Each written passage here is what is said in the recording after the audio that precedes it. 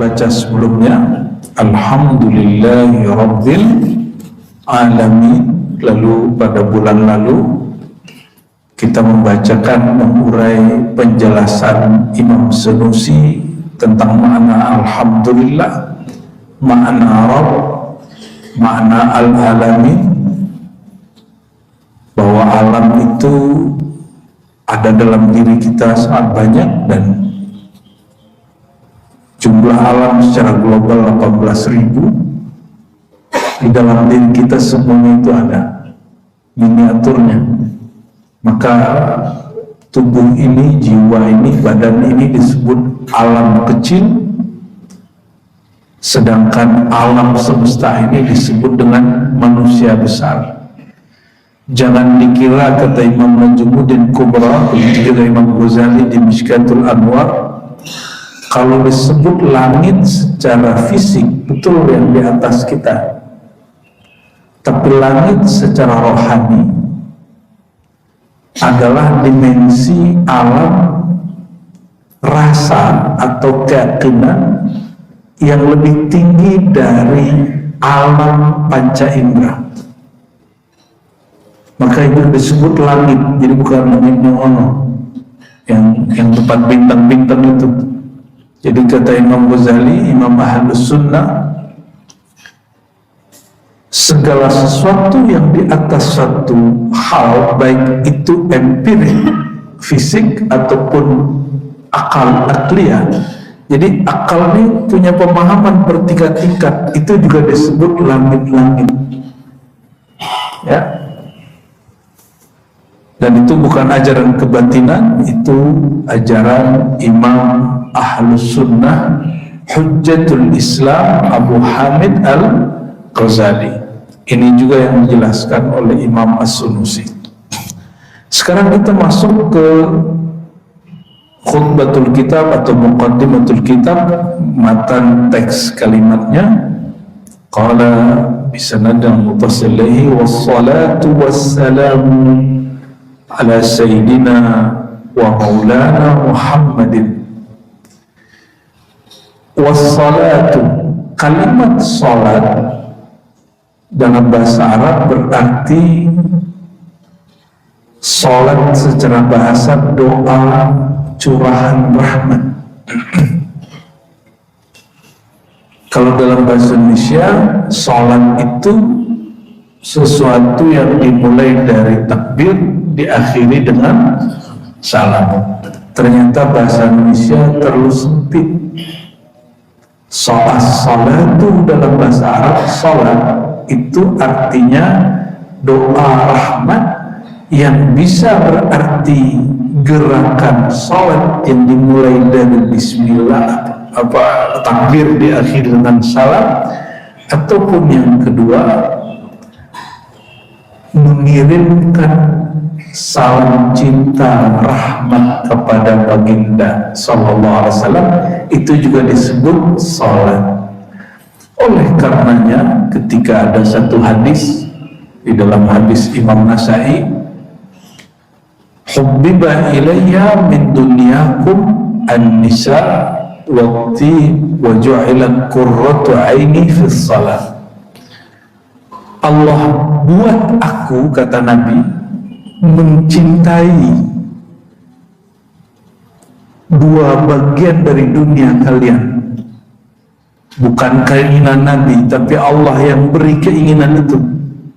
Pertama, an-nisa, menikah lebih dari satu istri, itu an-nisa. Yang kedua, at-tib, harum-haruman, wewangian. Tetapi kata beliau, bukan itulah penyedap mataku. Wa ju'ilat qurratu aini fi shalah, pelipur lara penyedap mataku as-shalah. Kalimatnya fi shalah, maknanya dua, di dalam sholat. Yang kedua, di dalam sholawat. Maka jika ingin membahagiakan Nabi, menyenangkan Nabi, Nabi itu sudah senang, tapi biar senang ke kita, bacalah sholawat kepada beliau.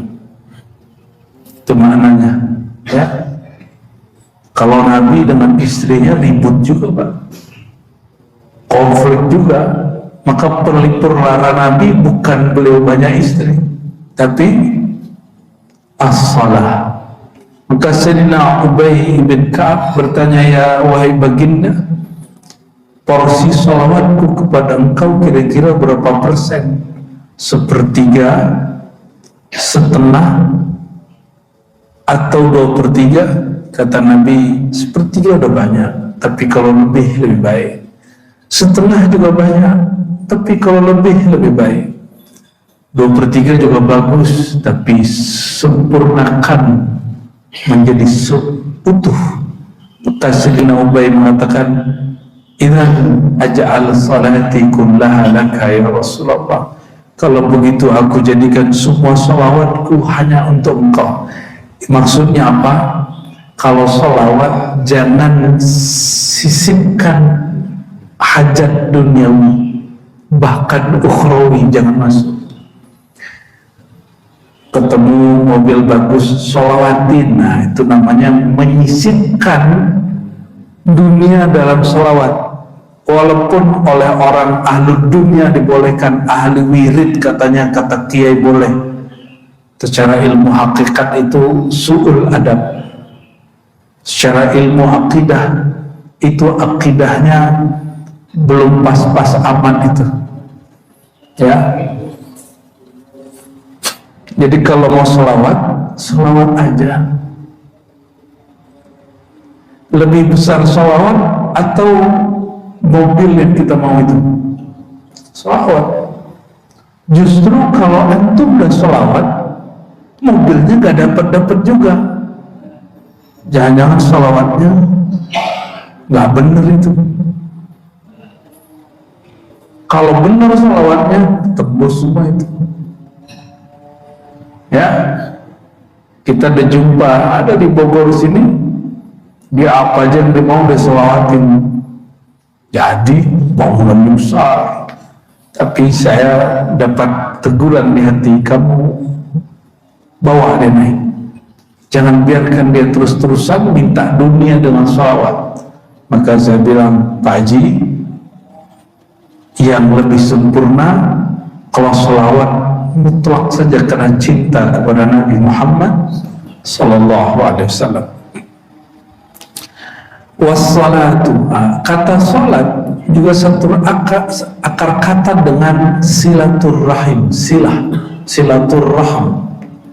Silah dalam bahasa kita silat. Silat itu menyambung rasa, menyambung langkah, menyambung jurus. Namun kemudian ada pencak silat, itu menggerak-gerak seninya. Silat sejati terhubungnya kolbu si pesilat dengan muqallibul qulub yang menggerakkan kolbu. Maka belum tergerak, belum terlihat gerakan, dia sudah membaca yang tersirat dari gerakan itu. Bismillah.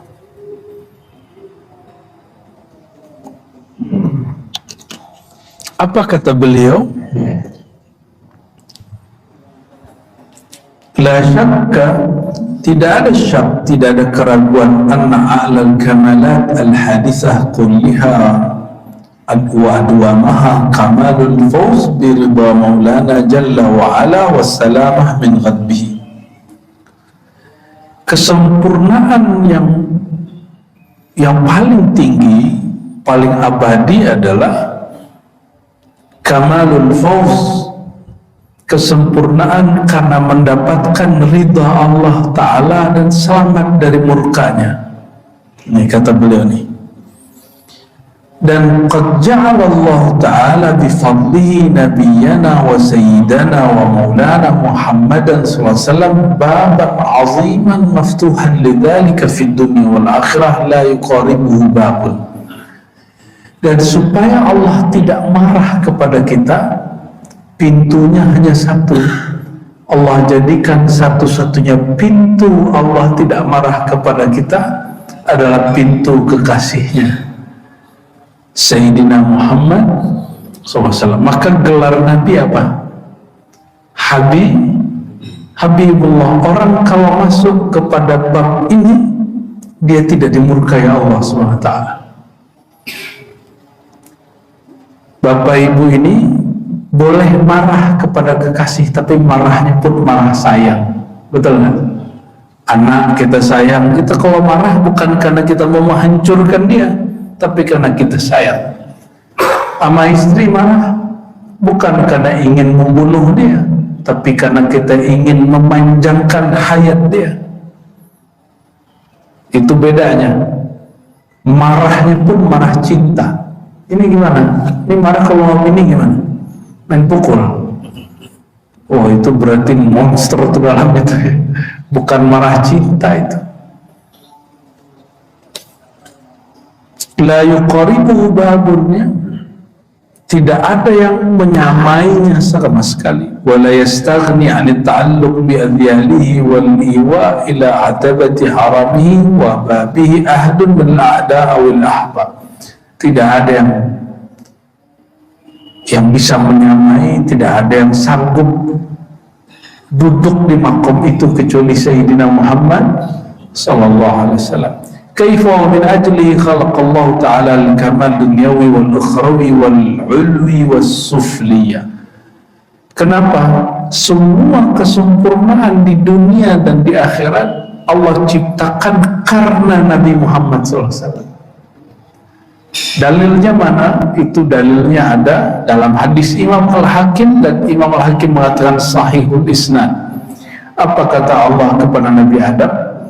Hei Adam, dari mana engkau tahu nama Muhammad? Ini Nabi Adam waktu tobat, beliau bertawassul dengan menyebut nama Nabi Muhammad SAW. Nabi Muhammadnya belum lahir secara fisik, tapi nurnya sudah.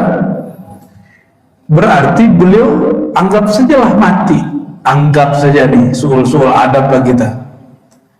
Maka inilah teguran bagi orang yang mengharamkan tawassul setelah Nabi secara fisik wafat. Jika tawassul sebelum beliau terlahir dengan tubuh Muhammad bin Abdullah boleh, Sayyidina Adam melakukannya, apalagi setelah lahir lalu wafat. Itu logikanya begitu. Qiyas aulawiyah namanya, qiyas priority, ya. Lalu Allah berkata kepada Sayyidina Adam, ya Adam, laulahu ma khalaqtuka. Wahai Adam, tahukah engkau jika bukan karena dia aku tidak ciptakan engkau. Jadi duluan mana? Rasulullah SAW. Maka Sayyidina Adam itu Abu Muhammadin, bapaknya Muhammad bin Abdullah secara nasab. Tapi Sayyidina Adam itu kepada Nabi Muhammad juga manggil Abi. Jadi Nabi Muhammad itu Abu Adam, ayahanda Sayyidina Adam secara nur. Ini ada pengisi juga di sini di Ustaz menolak kajian Nur Muhammad. Makanya saya bilang, Pak, ini harus jadi masjid corong ahlus sunnah, jangan campur-campur. Kita menghargai semua aliran, tapi kalau Bapak sayang kepada umat, jangan campur-campur. Apa kata dia? Nggak ada tuh nur-nur. Yang dia tahu nur itu cuma lampu. Kita ini tidak ada tercipta di cahaya lampu. Ya salam, nggak mengerti dia. Makanya kalau sebelum komentar, baca dulu kitabnya. Gak usah baca kitab Ghazali, baca Quran aja lah, surat An-Nur ayat 35, bahwa nur di situ bukan nur lampu. Cahaya di situ bukan cahaya fisik. Makanya disebutkan pakai kalimat permisalan, masalun nuri, perumpamaan nurnya Allah. Digunakan perumpamaan, kenapa? Dia bukan cahaya fisik, perumpamaannya menggunakan fisik. Kadang kita bingung juga ngadepin orang-orang yang nggak ngerti tapi komentar gitu. Gregetan nggak Pak? Maka Imam Syafi'i mengatakan, aku berharap menang, aku pasti menang jika debat sama orang pintar. Aku ya siap menang, kira-kira gitu. Tapi kalau debat sama orang nggak ngerti, aku siap kalah, katanya. Biarlah kalah. Bingung kan kita mau jelasin apa? Oh nggak bisa, pokoknya gitu udah nutup data dia. Jadi kalau kita sebut Nur Muhammad SAW, itu bukan cahaya ini Pak ya, ini cahaya fisik. Nih penjelasan Nur ya. Secara fisik Nur itu apa?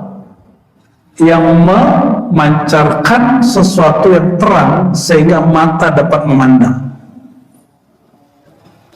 Sudah, saya mau nanya, burung hantu kelelawar malam hari bisa lihat gak? Pakai apa dia lihat? Hah? Gelombang. Maka pertanyaannya, cahaya itu partikel apa gelombang?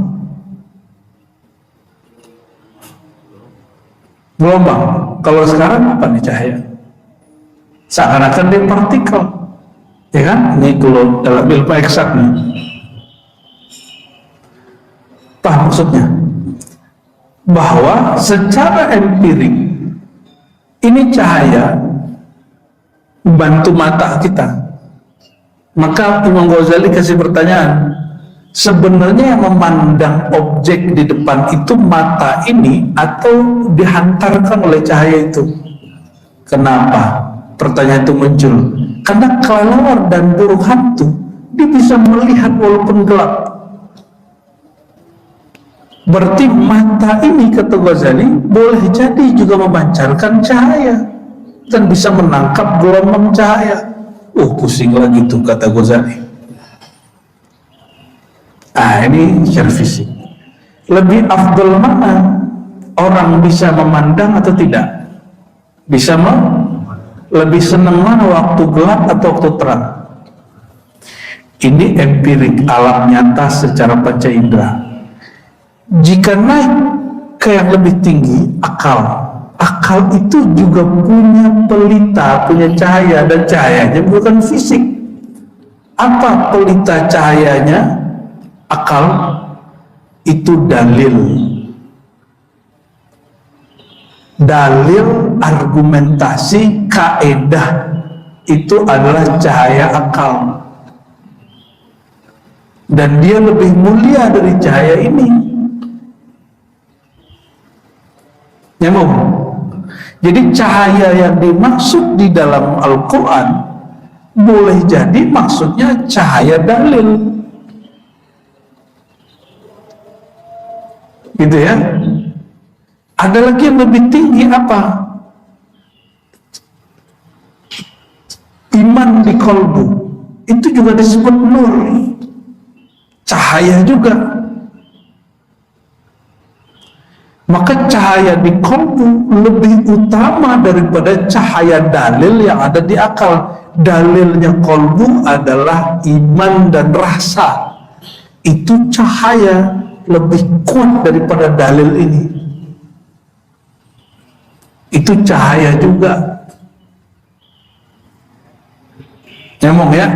Jadi yang disebut cahaya dalam kajian-kajian Ahlus Sunnah bukan cahaya fisik semata. Jadi kalau disebut alam ini tercipta dari cahaya, bukan berarti cahaya fisik. Kalau disebut Allah cahaya alam semesta, bukan cahaya fisik ini semata. Ya. Jadi kalau disebut Nabi Muhammad cahaya, Muhammad Nurullah, itu maksudnya apa? Bukan cahaya fisik semata, tapi juga cahaya yang sifatnya dalil, cahaya yang sifatnya nur iman, cahaya yang sifatnya nur rasa, bahkan cahaya yang kita belum mengenal sama sekali. Barangkali begitu ya. Jadi Sayyidina Adam dicipta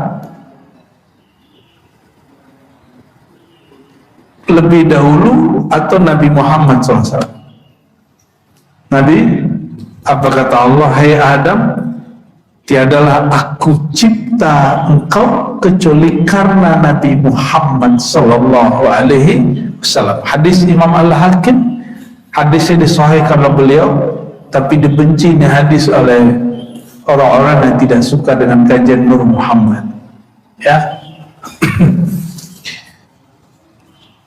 baik alam dunia ataupun alam akhirat, kesempurnaannya dikarenakan ya Allah menciptakan ya karena Nabi Muhammad SAW ya, baik di alam langit, alam tinggi ataupun rendah. Wa bi syafa'atihi al-kubra fil akhirah wa ma ba'daha min syafa'atihi tanqasyu anwa'ul qulub. Dengan syafaatnya yang besar di akhirat dan setelah akhirat. Oh, ada syafaat di akhirat, ada syafaat setelah akhirat. Apalagi itu? Ada syafaat kita di dunia ini, pas mau meninggal di alam kubur, waktu dibangkitkan, waktu dihisab, waktu ditimbang, waktu disirat. Itu ba'daha. Ada syafaat bebas dari neraka, ada syafaat masuk surga, ada syafaat naik tingkat di surga, ada yang lebih tinggi lagi, syafaat diizinkan jumpa dengan beliau, ada syafaat jumpa dengan Allah Subhanahu wa Ta'ala. Banyak syafaat itu. Ada juga syafaat diizinkan memberi syafaat. Nah, ini Bapak Ibu ini jangan gear dulu ya. Ini kalau benar imannya mengakar berurat sampai ke dalam qalbu batinnya, itu nanti di akhirat boleh kasih syafaat kepada saudara-saudaranya, teman-temannya.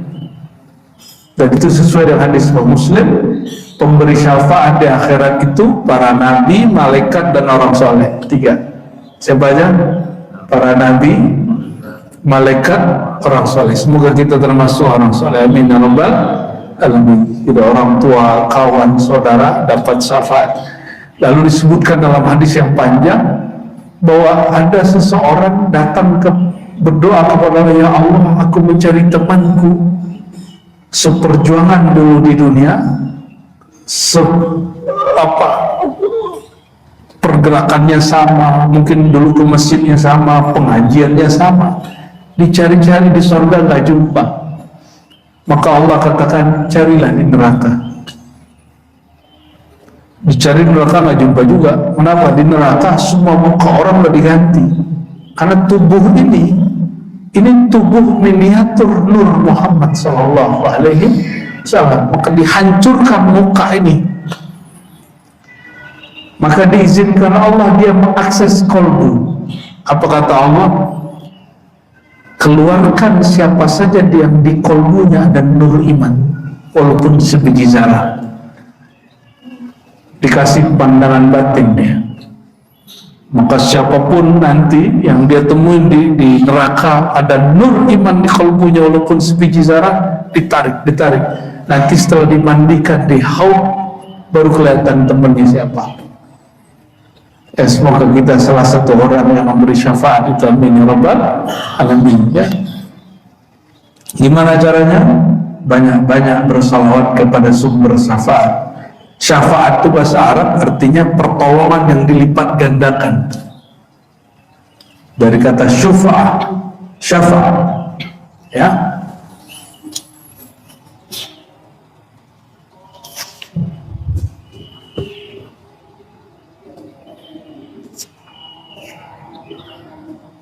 Ingin bahagia?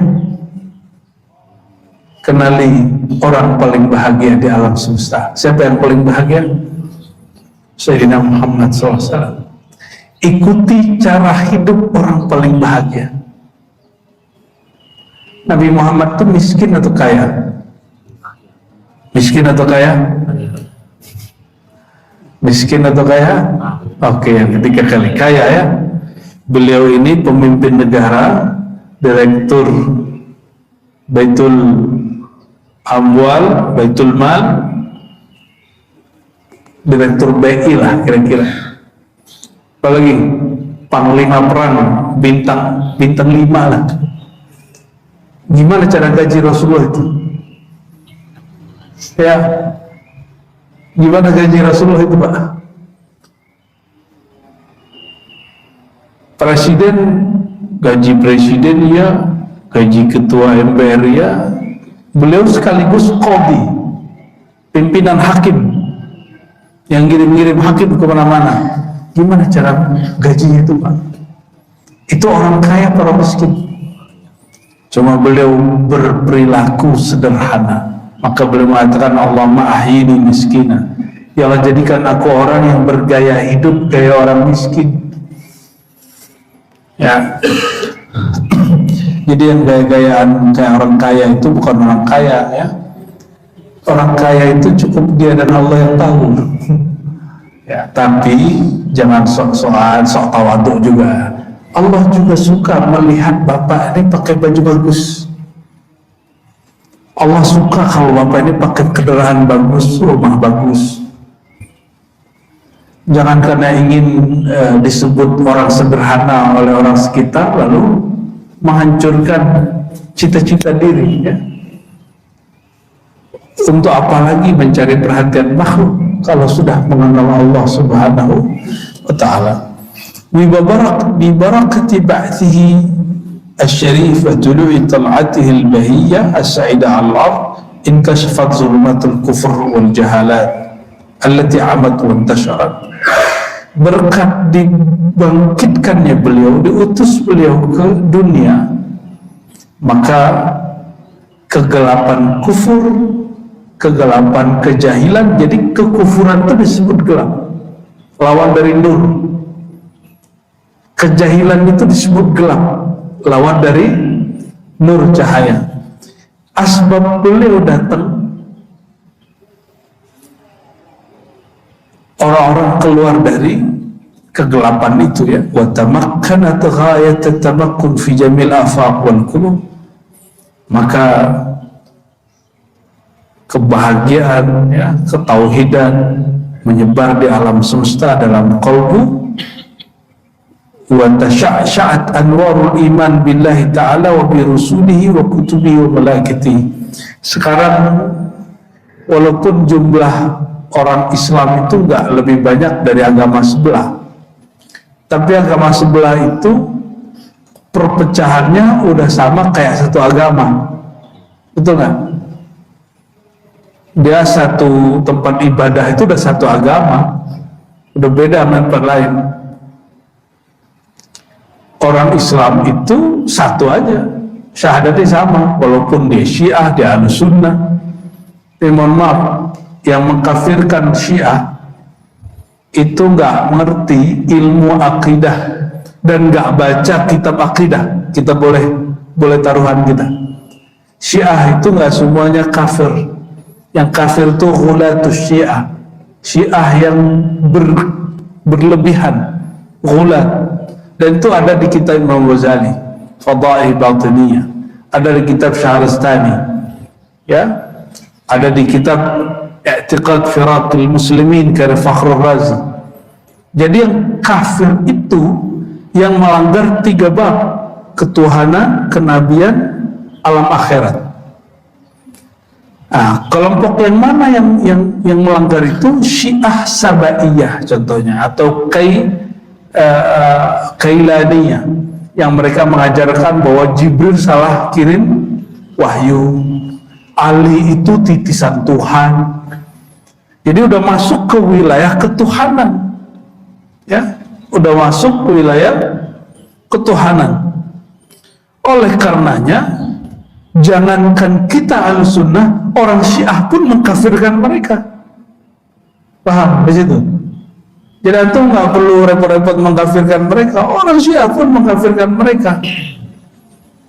Saya jelaskan itu ke beberapa orang-orang pergerakan, mereka nggak terima. Kita bilang enggak.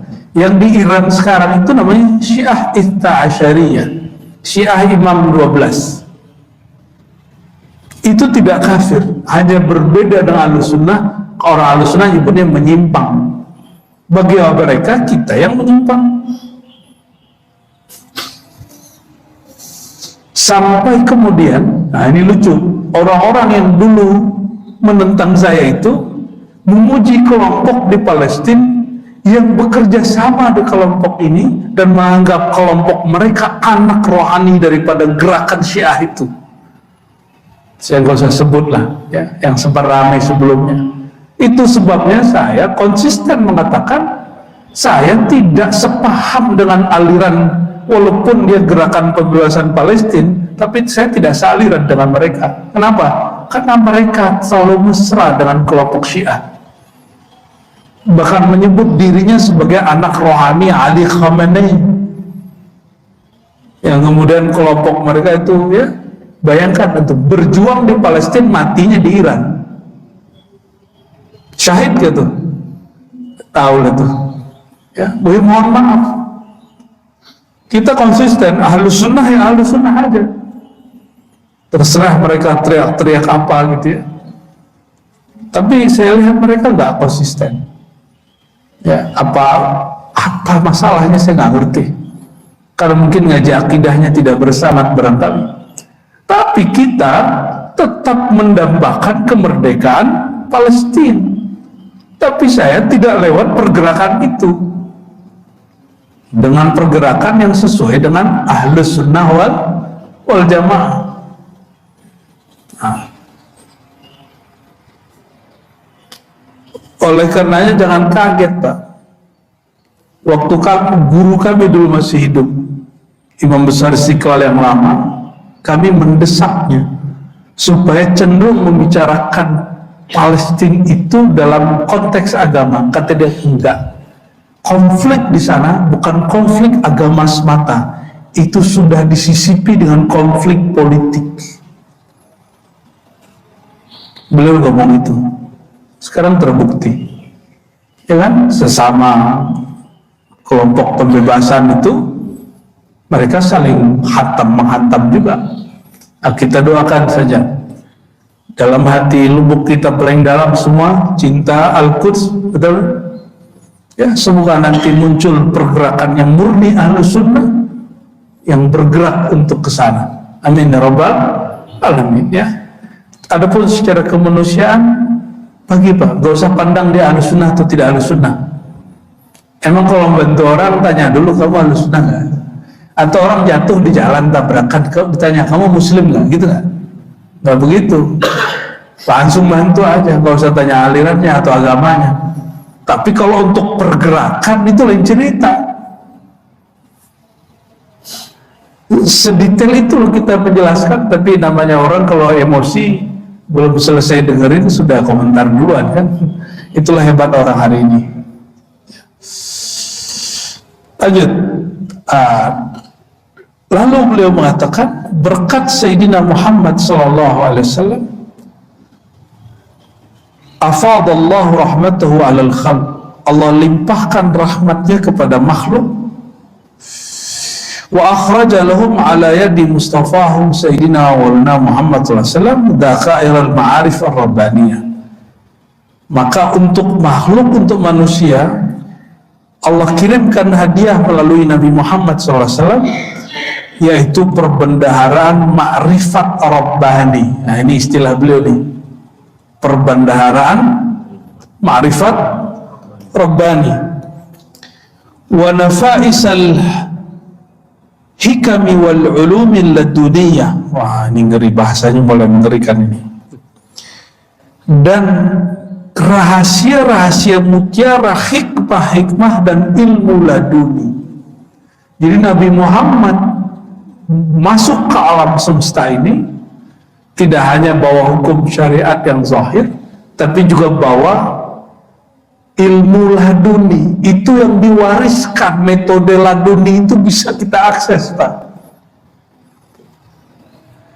Kalau kenabian sudah selesai, lah nabi ya ba'di, tidak ada lagi nabi setelah Nabi Muhammad SAW. Tapi metode ilmu kenabian tidak pernah diputus oleh Allah Subhanahu wa taala. Maka disebutkan di Quran, wa may yu'tal hikmata faqad utiya khairan katsira. Siapa yang diberikan hikmah, wisdom. Hikmah itu apa? Mengakses langsung ilmu Allah, kita sebut ilmu laduni. Orang yang dapat akses itu, dia sedang mendapatkan anugerah yang sangat besar, ya. وَحَلَّهُمْ بِجَوَاهِرِ الْأَسْرَارِ الَّتِي خَبَأَهَا لَهُمْ فِي خَزَائِنِ الْغُيُوبِ. Maka Allah melalui Sayyidina Muhammad SAW menghiasi umat ini dengan mutiara-mutiara rahasia yang Allah simpan di khazinah kegaiban. Maksudnya apa? Syariat sudah selesai belum? Syariat sudah selesai? Sudah atau belum? Kalau belum berarti masih ada damai lagi dong. Syariat sudah selesai? Ini pertanyaan ngetes aja nih Pak. Ngetes sedikit. Ini kajian Ahlussunnahnya sejauh mana nih dalamnya? Syariat sudah fix belum? Syariat sudah fix. Namun knowledge, pengetahuan, makrifat belum semuanya Allah turunkan. Oleh karenanya juga usah ilmu ma'rifatullah, ilmu tentang kerohanian, ilmu kedokteran di zaman Nabi sudah diturunkan semua belum? Belum. Sekarang kedokterannya lebih canggih ya dari zaman Rasulullah, lebih canggih. Itu ilmu Rasulullah, Pak. Karena nama beliau Tabibul Qulub wal Abdan. Nabi itu dokter kolbu, dan ilmu kedokteran fisik bersumber dari dirinya. Sekarang ilmu kedokteran, jadi mohon maaf, saya tidak mengenal dikotomi antara kedokteran Islam dan non-Islam. Bagi saya ilmu kedokteran itu Islami semua. Cuma yang punya rumah sakitnya ada Muslim, ada non-Muslim. Justru kita lihat sebagian besar, mohon maaf, rumah sakit Islam itu tidak Islami, jorok, ya, pelayanannya nggak beres. Ini message ya, pesan. Kalau Bapak ada yang berjuang lewat dunia medis atas nama Islam, jangan malu-maluin Islam lah. Ganti namanya kalau tidak sempurna. Ganti namanya kalau nggak perfect. Perfect visi manusiawi lah, nggak usah perfect versi Allah. Pelayanannya dibagusin, obatnya dimurahin, kamarnya bersih, jangan bau obat nggak jelas itu ya. Masa sama aja rumah sakit Islam dengan rumah sakit umum daerah ya kan baunya. Kita masuk, aduh baunya gak enak, bau obat. Malah yang umum-umum pakai anak atas nama agama lain, itu kamarnya kayak hotel.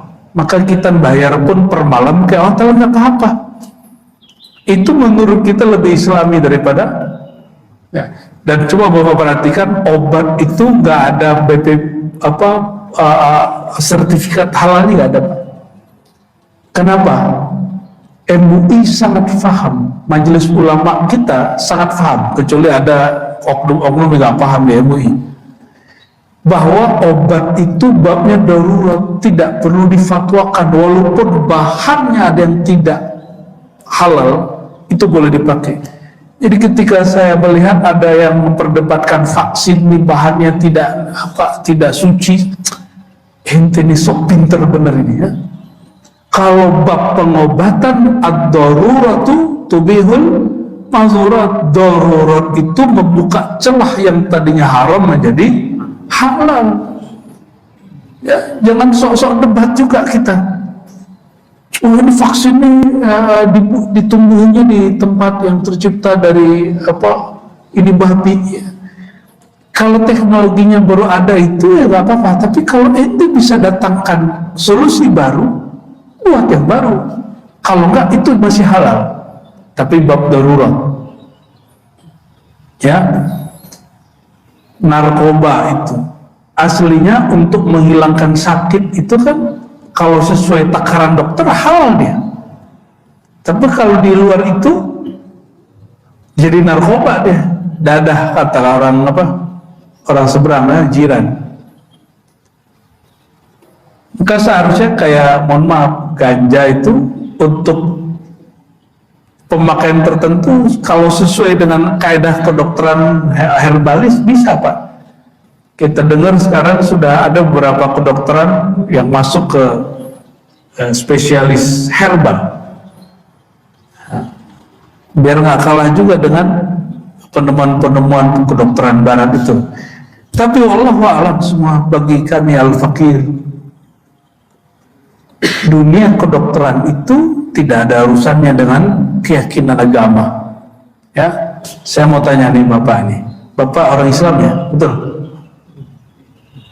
Betul? Emang orang Islam itu matanya harus begini ya? Mukanya harus begini? Ada nggak urusan nasab ras dengan Islam? Nggak ada kan? Betul lah. Jadi kalau orang Indonesia nggak maju, itu nggak ada urusannya karena kita ini orang Islam. Tahu nggak maksudnya? Emang kitanya aja nggak mau maju. Al-Islam ya'lu wa la yu'la alaih. Ini saya sering sampaikan. Islam itu selalu tinggi. Yang nggak tinggi itu orang Islam. Islam pecah atau orang Islam yang berpecah? Ya, jadi jangan lagi katakan Islam pecah ya. Islam mundur, nggak ada Islam. Islam nggak pernah mundur, bro. Yang mundur otak kita. Ya, otak ini, otak yang merasa Islami ini mundur karena saklek, nggak mau menyerap ilmu dari orang yang tidak seagama. Ibnu Sina itu orang Islam. Dia menyerap ilmu dari buku-buku Jalinus. Itu filosof pra-Islam. Jadilah dia bapak kedokteran dunia. Jadi kalau ngambil ilmu gak usah kemudian mesti sepaham seiman. Mohon maaf, orang hari ini mau kembali ke dinar dirham. Mereka lupa, dinar dirham bukan sistem Islam. Dinar dirham itu sudah ada sebelum Nabi Muhammad SAW lahir. Yang Islam itu apa? Ridho, jujur, dan tidak ada yang ditipu, saling menguntungkan. Itu Islam. Apapun mata uangnya. Ya. Allahumma sholli ala sayyidina Muhammad. Ya. Lalu apa kata beliau? Berkat Nabi Muhammad SAW, maka Allah masih menurunkan secara bertahap ilmu ma'rifatullah, ilmu ma'rifatul ulum, ma'rifat funun. Jadi ilmu kedokteran secara fisik, ilmu filsafat, ilmu arsitek, ilmu apapun itu, termasuk ilmu kerohanian, itu masih turun. Dia turun di bertahap. Sampai hari ini setiap wali Allah mendapatkannya. Maka boleh jadi dengan segala kesempurnaan imannya para sahabat, makrifat yang mereka peroleh, sahabat yang lebih tua meninggal duluan tidak lebih bermakrifat dari sahabat yang lebih muda. Dalilnya mana? Sayyidina Abdullah bin Abbas waktu Nabi wafat umurnya 13 tahun. Berapa tahun? 13 tahun sudah? Oke. Dipanggil oleh Sina Umar waktu Sina Umar sudah jadi khalifah. Ibn Abbas ini dibawa duduk bersama dengan orang-orang ahlul badar yang sudah tua-tua, pejuang-pejuang yang dijamin masuk surga. Mereka wali-wali kutub semua, 313. Ditanya makna ayat idza jaa nasrullahi wal fath. Ibn Abbas, ya, Ibn Abbas ini kan diprotes oleh ahlul badar. Jadi ternyata walaupun ini wali kutub, gengsi, ego, senioritas itu masih ada. Umar, Amirul Mukminin, kenapa engkau mensejajarkan bocah masih kecil ini duduk sama kami pejuang-pejuang tua? Wali-wali ini ada senioritas juga, Pak. Jadi jangan heran kalau kiai-kiai ini kadang-kadang mengaku juga ya. Apa kata Umar? Oke, kamu mau tahu siapa dia? badannya muda, rohaninya tua. Dikasihlah satu pertanyaan, sahabat-sahabatku, ayat ini artinya apa? Idza jaa nasrullahi wal fath. Jika datang Nasrullah dan Al-Fath. Kata mereka apa? Jika datang pertolongan Allah dan kemenangan, ya. Ayat berikutnya apa? Idza jaa Nasrullah wal fath wa ra'aitan nas, orang-orang yang kamu lihat berbondong-bondong masuk Islam, maka pujilah Allah, minta ampun kepadanya. Itu jawaban mereka. Itu mah namanya tafsir, mengurai yang sudah ada. Kata Sayyidina Umar, kalian saksiin ya, ini bocah kecil ngomongnya apa? Ya Ibn Abbas, apa makna surat An-Nasr? Jawaban beliau, idza jaa nasrullah wal fath huwa mautu Rasulillah SAW. Itu wafatnya Nabi Muhammad SAW. Nangis semua itu Pak Ahlul Badar. Ya, itu tanda kewafatan Nabi Muhammad SAW, bahwa tugasnya sudah sederhana, maka Allah kirimkan An-Nasr, bantuan, dan Al-Fath. Ini perhatikan ya. Orang kan hari ini kayaknya orang Islam ini lagi dizolimi, ini lagi zolimi. Kita merindukan, mengelulukan Imam Mahdi kan gitu ya. Kalau Imam Mahdi keluar, selesai Pak. Perjuangan kita selesai. Gimana? Mau segera keluar? Habis perjuangan antum sudah. Dan belum tentu antum ini kalau Imam Mahdi keluar bersama Imam Mahdi, siapa tahu nggak percaya kalau di Imam Mahdi, ya kan?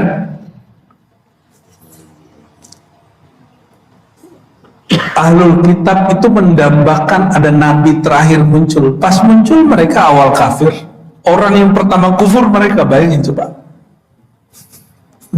Jangan dikira orang ahli dalil ini kemudian selamat. Sebagaimana dulu muncul Sayyidina Muhammad SAW sebagai Rasul, ilmuwan ahli kitab, kiai-kiai ahli kitab pertama kali ingkar kepada Rasulullah. Nanti antum saksikan, muncul Al-Mahdi, kiai-kiai banyak yang ingkar kepada sang Al-Mahdi. Lihat aja nanti. Dan itu sudah pernah disinggung oleh Ibnu Arabi dalam kitab Unaqa Maghrib atau Mughrib ya. Dia sudah jelaskan itu.